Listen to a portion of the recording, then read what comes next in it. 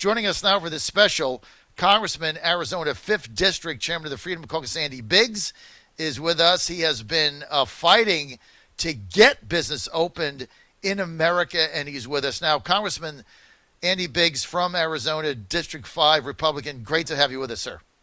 Thanks, John. Good to be with you. Thanks for your advocacy as well.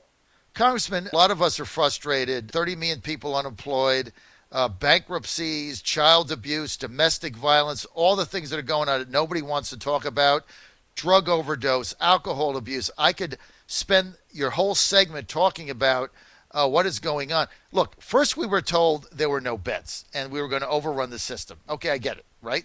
I get it. Nobody wants to be in that position. Then we were told there were no ventilators. Well, now we have ventilators. Then, remember, for 3 weeks, it was flatten the curve. Well, we flattened the curve. Then it was, well, too many people are dying. Now the percentage of deaths are going down. Then it was testing. Now it's contact tracing. We don't have enough contact tracing apps. Congressman, when are we going to put people back to work here? We should have done it 2 weeks ago, actually. And they continue to move the goalposts. I'm glad you brought that up because that's one of the things that's driven me crazy is they continue to move the goalposts. Let's flatten the curve. Okay, it was it's starting to flatten. Well, we need to do something else. And it'll be something else and something else and something else.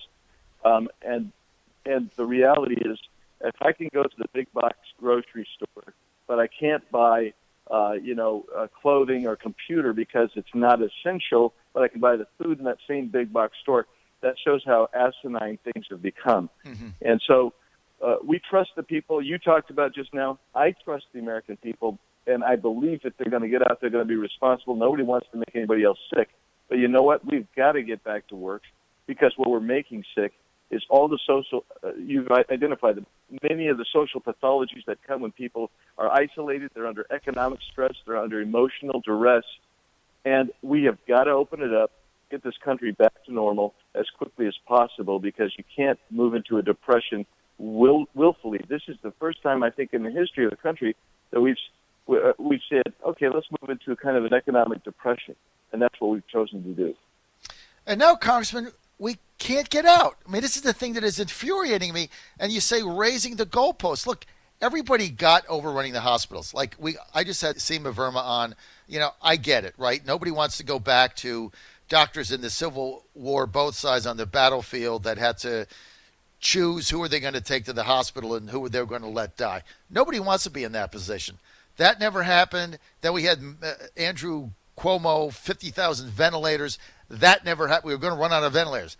That never happened. I mean, then it was like you say. When was the last time anybody who was not opening up business talked about flattening the curve, right? We heard about that for 4 weeks, flatten the curve, flatten the curve. I haven't heard about it in a month now because the curve is flattened. Then it was testing. Now we're getting the test. Now it's contact tracing. Tomorrow it's going to be something else. What is the goal of the people like Michigan Governor Whitmer and the Democrats? Why don't they want us to get back to work, sir? Well, I think one thing that happens for them is they're very content with centralization of an economy and centralization of power, and that's what we've seen here. We've seen we've seen this necessity for states to really open up and governors to take charge, but at the same time they're getting these mixed signals. That can't happen. And let's talk about the hospitals for just a second. We are watching hospitals literally shed employees in Arizona or closing down because even though there's supposed to be this big bailout that came, it hasn't hit them yet, number one. Number two, they can't do the elective surgeries, which is what their bread and butter is. And besides, what is elective surgery? We're not talking about tummy tucks and eye lifts here. We're talking about people who might need a cancer therapy or treatment that are being postponed. We're talking about people, a constituent called up, they need some eye surgery done or because they could potentially go blind. They're not able to get that. This is the type of thing that's going on, and these are bad decisions that get made. And, I have no idea what the motivation is, but this notion that we're going to basically sit on our hands, except for when we're spending trillions upon trillions of dollars giving that out, we're going to otherwise sit on our hands and keep telling people, well, maybe we need to do this. Maybe we're going to wait until we're all put into some kind of a space unit uniform or a bubble, like the old movie Boy in the Bubble, where something's going to happen that way. They don't want anybody to get sick. I get it. We don't want anybody to get sick. We live in America. We're free people. There's risks to being free. It's time to let Americans take those risks and use their heads and be smart about opening up their businesses and being free. They've encroached upon our rights every way from Sunday, and including on Sunday. I mean, are you at all concerned, Congressman Andy Biggs, about the trampling of basic civil rights guaranteed to every American and the really lack of pushback? Does that trouble you at all? Yeah. Look, I mean, it was one thing to pull the plug on your economy on a dime, which we did. Great economy, 3 days later, bad economy. It was something else to say, well, you know what, you can't go to church, or you can't walk your dog in the park if nobody else is around, or you can't, we're going to discriminate between what we think is an essential, what a bureaucrat thinks is an essential business, and what is a non-essential business. These types of rights, Reagan said it. He said, these are not in our DNA. We have to fight for these in every generation. Failure to do so means that we'll be sitting in our golden years explaining to our grandkids what it was like when America was free. That's where we are. We are really at a point where everybody's rights are in jeopardy. And when your rights are in jeopardy in a nation that's a free republic, guess what? It means your whole country's in jeopardy. The essence of who we are is now at the crossroads. Do we become a state that is more focused on state control of your life so you can have your worries minimized as much as possible, or do you get to be free and take the risks and you become responsible and fulfill the full measure of who you are? So Congressman Andy Biggs with us. He's the chairman of the House Freedom Caucus, representing the 5th District of Arizona. That's the eastern part of the state. And he's also a Republican, obviously, been in office for some time, previously in the Arizona Senate, 12th District. Both of us spent a lot of time in Washington, D.C. That's where my studio is. I've got Governor Hogan in Maryland, which we cover. I've got Governor Northam in Virginia. We got Cooper in North Carolina. That's my corridor. Basically saying that they have a task force and they're going to central plan how to open businesses up when and if that time comes in their states. Meantime, you got Governor Hogan, who completely shut Maryland down, now screaming to you guys that he needs you to bail him out, even though, of course, he has no revenue coming in because he shuttered every business there. How do you respond to that? I say no. I mean, with loud, large, no. Just no. I mean, here's the deal. A lot of these states put themselves in an economic, budgetary problem before, so they got to deal with their own budget. The second thing is they've decimated their economies. People say, well, the feds did this. No, the feds gave some guidelines that weren't, in my opinion, necessarily the best way to go, but they gave guidelines. They didn't mandate that you close businesses. They didn't mandate that you shelter in place. That was a state decision. I don't know where the governors got their authority. Some of these states did this without any legislative action. Clearly, a lot of it is unconstitutional. But why should we bail you out federally? Why should you come to the citizens of Arizona or Georgia or Texas or Wyoming and say, you know what, we're going to transfer a lot of our tax, and it isn't even our tax money, it's our future generations' tax obligations. We're going to transfer those to California, which has basically decimated their economy, which is normally probably the 7th or 8th largest in the world, and they've decimated it. That was a choice they made, and guess what? Some of those governors now say, well, you know, we're going to give money to illegal aliens. We want them to receive money too. They've made a series of bad decisions, and you're right when you say they want to centralize this. That is where they want to go with this thing. They got a task force, and this reminds me of all of my studies of communist China's evolution as well as the Soviet Union's evolution. You will see that that's what happens there. That's what's going on in these states, and it's unfortunate. I mean, you think about it. You've got these governors, and I'll take Virginia as an example, because when you're in D.C., you're a bridge away. You got the governor saying, well, I think we're going to open May 8th, but I can't give a hard date, but we'll see. But I've got this whole task force I've developed, and we're going to plan how and where and why businesses open. So we're going to basically give a dictatum down. And I guess that means this is what restaurants can open if they can, how many tables they can have, how many feet through the tables, what they can serve, what time they can serve. I mean, who the hell ever heard of this? Juxtapose this to Brian Kemp in Georgia. And Congressman, that's why I'm going there this week, because the fake news is going to be all over it. The New York Times, Congressman Biggs is going to send 30 people down there trying to find somebody that got sick in an ice skating rink. You know they're going to do that. Yep. But juxtapose this to what Brian Kemp did. He said, I'm going to open up Monday, and I'll let everybody figure it out. You kind of get it, wash your hands, masks, gloves, social distancing, but I'll leave it up to business owners. I'll leave it up to the churches. I'll leave it up to the parishioners. I'll leave it up to consumers and people to figure it out. And if you want to stay home, that's fine. But if you want to go out and live, right? I mean, yeah. And he is getting skewered for this. No, but what he is saying is the right approach. Look, I have no problem if somebody says, look, I have a respiratory disorder. I'm going to stay in.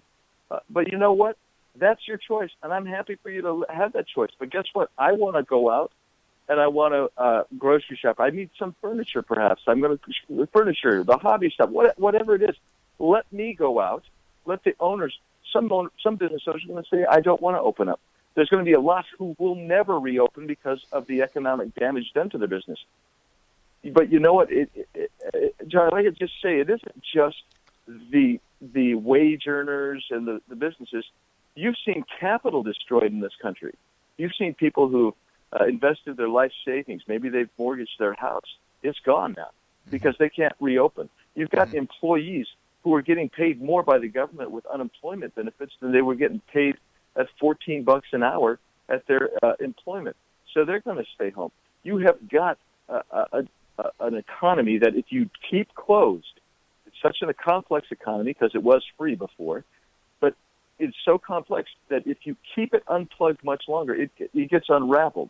And that's why you get people like Northam and Hogan, they want to centralize it and tell you how to do it. But the best way to do it is to say, you know what, if you want to stay in your house and shelter in place, you're privileged. You want to go out and worship and your church is open, have at it. I mean, let's be free again. That's simply what it is. Let's be free. And the other part about freedom is being accountable and responsible. We'll be responsible. We'll be responsible with our freedom, but let us be free. So, Congressman Biggs, I'm going to Georgia, leave this afternoon. I'll be there all week. Do you think I'm making the right decision? Yeah, I do. I'm all for what George. I'm all for what Kemp's doing. I think that he's leaving it up to the people. That's what America's about. I don't have. Here's the thing: these people who are making these decisions, these governors, they think they have power. They don't have power. They have delegated authority. And who delegated that authority? The people. And so, if the people are going to make the decision to be free, then those who have authority must respect that. You're on the John Fredericks Radio Network special edition. We're live. We're with Congressman Andy Biggs. He's the chair of the House Freedom Caucus. He's from the 5th District of Arizona. That includes the majority of the East Valley, Mesa, Chandler, and that area.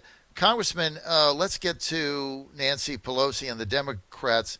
Pelosi wants another $700 billion, bailout packages, some for the states, some for cities and counties.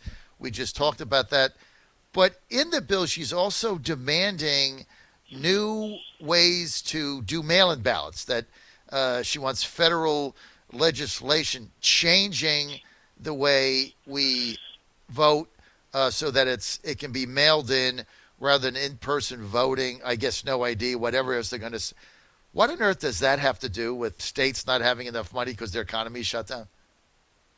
Well, it has absolutely nothing to do with that.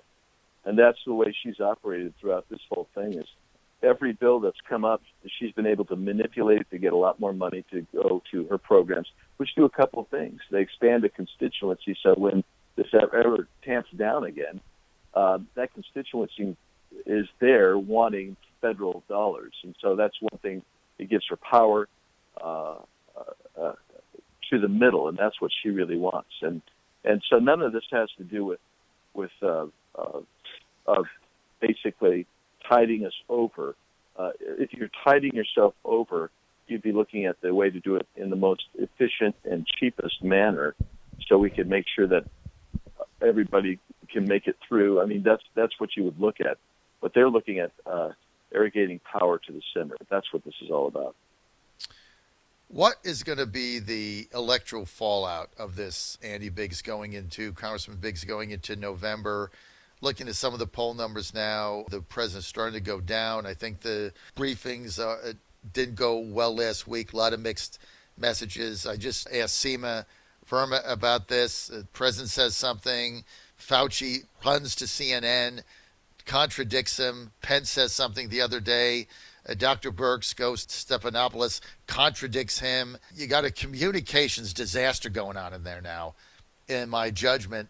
How is this going to affect your ability to take control of the House in 2020, and how is it going to affect the president's ability to beat Joe Biden? Couple things. Fauci and Birx have got to go. Agreed. Yeah, they got to get out. Second thing is, when you start talking about President Trump, I mean, if we're sitting at 35, 40 million people unemployed after Memorial Day, it's going to be tough.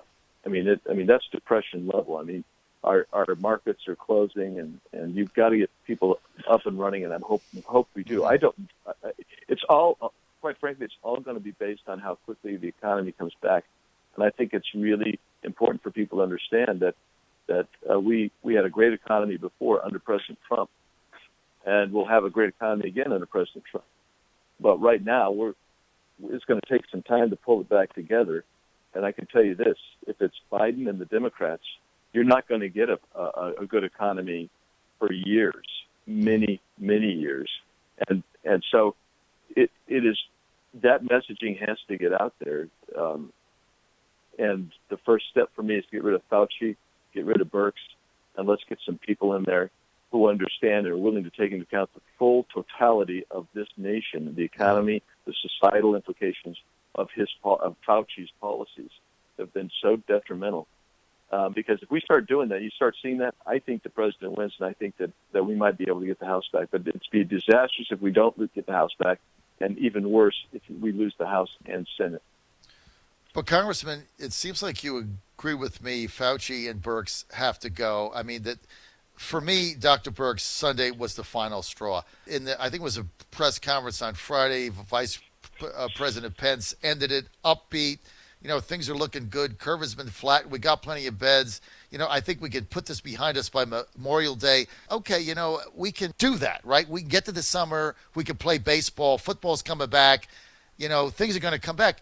One day later, not hours after that's over, she's on the talk shows on Sunday disputing everything he said. And it's like, you cannot go on this way because, look, the liberals, obviously, the Democrats seized on that Times headline, the whole bit. Look, I'm just going to be blunt because I asked the same thing to Seema Verma. I mean, have you had this conversation with your good friend Mark Meadows? Have you told him that these conflicting messages are a disaster and that they're not taking into consideration any of the things that we talked about that comes with joblessness, despair, economic calamity? Well, yeah, of course we have. Mark is a great guy, and he's in there. But you've got the cadre who love Fauci and Birx, which is amazing to me. But I mean, Fauci has said publicly, "Hey, I didn't take into account any of that stuff. I was just doing my policy because to him, every problem's a nail, and he's going to hit it with a hammer." Instead of saying, "Well, we should probably have a broader reach here, broader scope," and these guys got to go. I mean, they've taken a jackhammer to the foundation of our economy, but not just our economy, but our constitutionally recognized rights that we believe are inherent from God. And they've basically taken hope Every time there's hope, there's faith born. You see things that are going, and you develop this faith in God. You have a faith in your fellow man. Fauci and Birx crush it. They fill it with despair. Every time you have hope that things are going to work out, and the American people start feeling some hope, Fauci and Birx get up and crush it and fill it with fear. That's why those two people have got to go. And we've got to build our recovery on faith and hope. We do that, I believe that we can get back much sooner than right now my frame of mind is, because we have to get back sooner rather than later. Congressman Andy Biggs, I tell you what, I think we got about 2 weeks, and I don't know what the president's going to do, but he continues to let these two people get up there and just contradict everything that we're trying to do. If you were to ask me what the antidote is for the Democrats or what the vaccine is, it's Joe Biden. I mean, if Joe Biden wins, the Democrats the next day are going to have all clear, everything's fine, right? I mean, because that's their goal now, beat Trump. And what's frustrating to a lot of us is the president is just letting this happen to him. It's tough to fathom, sir. Well, I will say this. This is the darndest thing that I could imagine. I mean, 6 weeks ago, best economy in my lifetime, the best in 100 years in this country, for sure. All of a sudden, we hit a wall. And he's told by Fauci and Birx and by these modelers at IMHE that, you're going to give millions upon millions of people are going to die in the United States unless you basically shut this thing down. So they engage in this. And these folks have been wrong at every model that they have done. Every model. And in Arizona, we've got vacancies in hospitals all over. We've used a third, not even a third, about a quarter of our ventilators are in use. The rest are available. But we won't bring back the elective surgeries. We're going to let hospitals close instead. And this is a result of the technocrats, which are what Fauci and Birx are. They're bureaucrats with a technical expertise that are trying to voice their policies on the country. And I think the president has had to deal with that because he's been hammered by the media relentlessly, and this hysteria and fear that was put in place by the left-wing media required a response for President Trump. And I think in his heart, because I know I've talked to him, is he wants to get this thing opened up as soon as possible. But it's, as you say, every time he speaks, you get technocrats and the left basically come out and say, oh, no, if you open up, if you do anything, if you grant freedom to Americans, they're not responsible. I actually heard a TV commentator on a conservative, ostensibly conservative broadcast last week say, oh, look at these protesters. They're not socially distancing. They're not wearing, not all of them have masks on. They're showing that they don't deserve to be out in public yet. Well, who would say that? Well, how about Stalin or Mao or Marx? That's who would say you have to give up your freedoms in order to be free. And that's really, I don't think this individual meant to say that, but that's what came out and that's what it came across. And I think President Trump's dealing with all of that. And so I know that he's working hard to try to get this thing back open, but you know where I lay it? I lay it almost probably a good 75% on the governors who refuse to grant their people freedom, because that's where it should begin and that's where it should end. And I think Bill Barr saying that they're going to go after these people who violate constitutional rights, I think that's important. Well, as long as you have governors of swing states that can keep their economies shuttered, like Whitmer in Michigan, Wolf in Pennsylvania, the guy Evers in Wisconsin, long as they can keep as long as they can keep their economy shuttered and people out of work, the better chance they have of carrying that state for Joe Biden and them getting in the administration. I mean, come on, come on, Congressman. It's as plain as the nose on our faces what they're doing. But nobody will call them out except for Andy Biggs, and I appreciate that. Congressman, we're out of time. Congressman Andy Biggs, 5th District, Arizona, Chairman, House Freedom Caucus. Congressman, thank you for being with us.